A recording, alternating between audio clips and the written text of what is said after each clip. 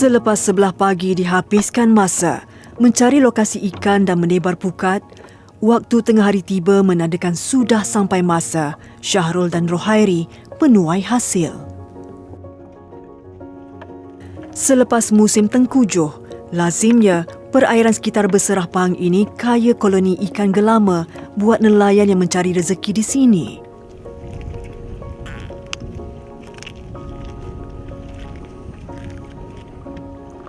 Namun begitu, dek kerana laut yang bergelora, hasil tangkapan Syahrul tidak semewah biasa.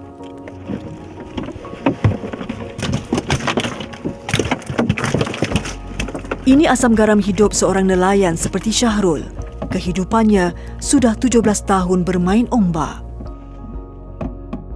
Saya pernahlah dapat dalam 400 kilo, 200 kilo, macam tu lah. Tapi itu berbeza ikan lah. Tahun lepas saya pernah dapat lebih kurang 300 lebih lah. Itu pun tak boleh cabut kat laut sangat lah, pasal hari kuat. Balik cabut kat darat. Bagi memastikan kelangsungan hidupan marin di Laut Cina Selatan, beberapa institusi pengajian tinggi mengambil langkah proaktif dalam menyokong kajian berkaitan. Antaranya termasuk di Universiti Malaysia Sabah melalui kewujudan Institut Penyelidikan Marin Borneo.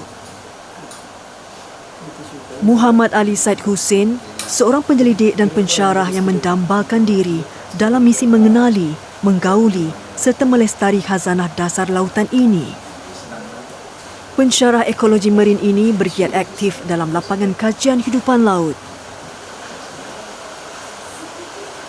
Selain daripada itu, Ali juga mengkaji penyakit ikan serta aktiviti perikanan nelayan setempat bagi memastikan keselamatan hasil laut yang dituai serta melindungi ekosistem marin daripada kemusnahan.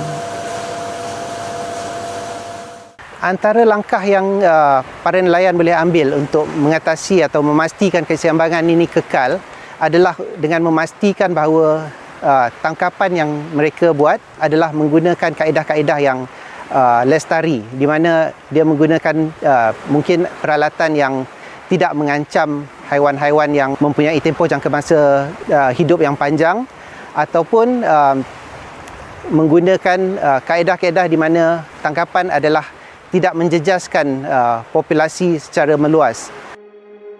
Selain sikap segelintir nelayan tempatan yang mahu mengaut keuntungan berganda dengan cepat, industri perikanan dan hasil laut negara turut berdepan cabaran pencerobohan bot-bot nelayan haram dari negara asing. Menurut statistik Agensi Penguatkuasaan Maritim Malaysia (APMM), sebanyak 1,036 tangkapan telah dibuat agensi tersebut sepanjang 2020. Ini tidak termasuk operasi yang dibuat badan berkuasa lain seperti Jabatan Perikanan Malaysia dan pasukan polis marin. Biarpun begitu, masih ada nelayan asing yang tidak serit menceroboh dan mencuri khazanah laut negara tanpa segan silu. Saya ingat penguatkuasaan kita perlu sophisticated dan sebagainya, mengesan kedudukan bot-bot, dan kita boleh tahu dengan penguatkuasaan yang sedemikian, dengan zaman yang begitu canggih ini, kita boleh melewati semua, memastikan negara kita, khazanah negara kita tidak diceroboh sewenang-wenangnya, dan sumber protein di negara kita ini mencukupi untuk rakyat negara kita yang kita cintai.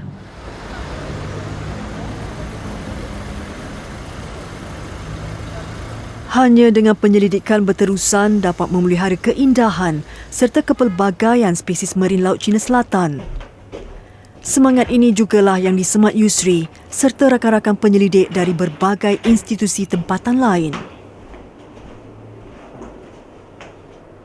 Usai melakukan pemantauan berkala litupan karang di Pulau Bidong, Yusri kembali ke pejabatnya di Universiti Malaysia Terengganu untuk menyusun data kajian. Proses ini satu daripada bermacam lagi langkah yang perlu dilakukan bagi merungkai dapatan sebelum dapat diterjemahkan kepada kertas kerja yang efektif.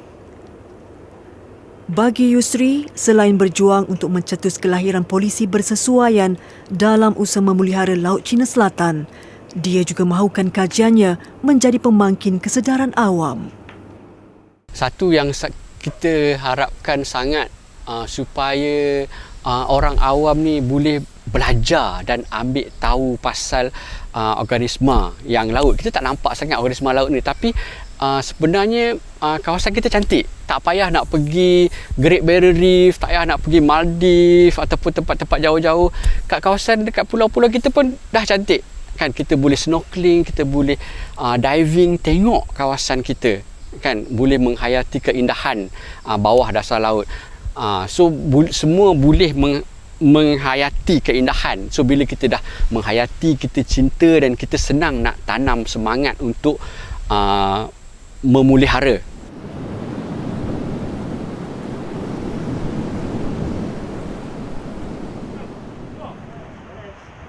Biarpun hasil ikan tidak seperti diharapkan, Syahrul masih lagi dapat menghela nafas lega. Walaupun sedikit, masih ada perolehan untuk makan minum keluarganya hari ini. Cabaran yang datang bukan titik noktah mencari hasil laut.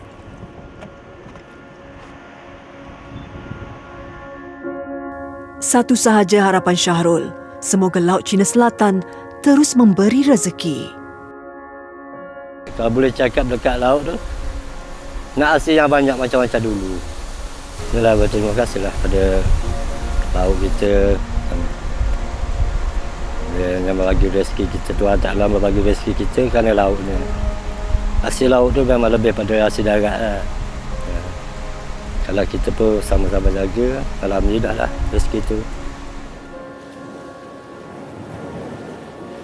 Laut Cina Selatan, daripada zahir hanya terlihat permukaan air yang membelah bumi. Namun jauh di dasar perutnya, beragam makhluk Tuhan hidup dan bergantung harap sesama mereka. Kesemua ada fungsinya.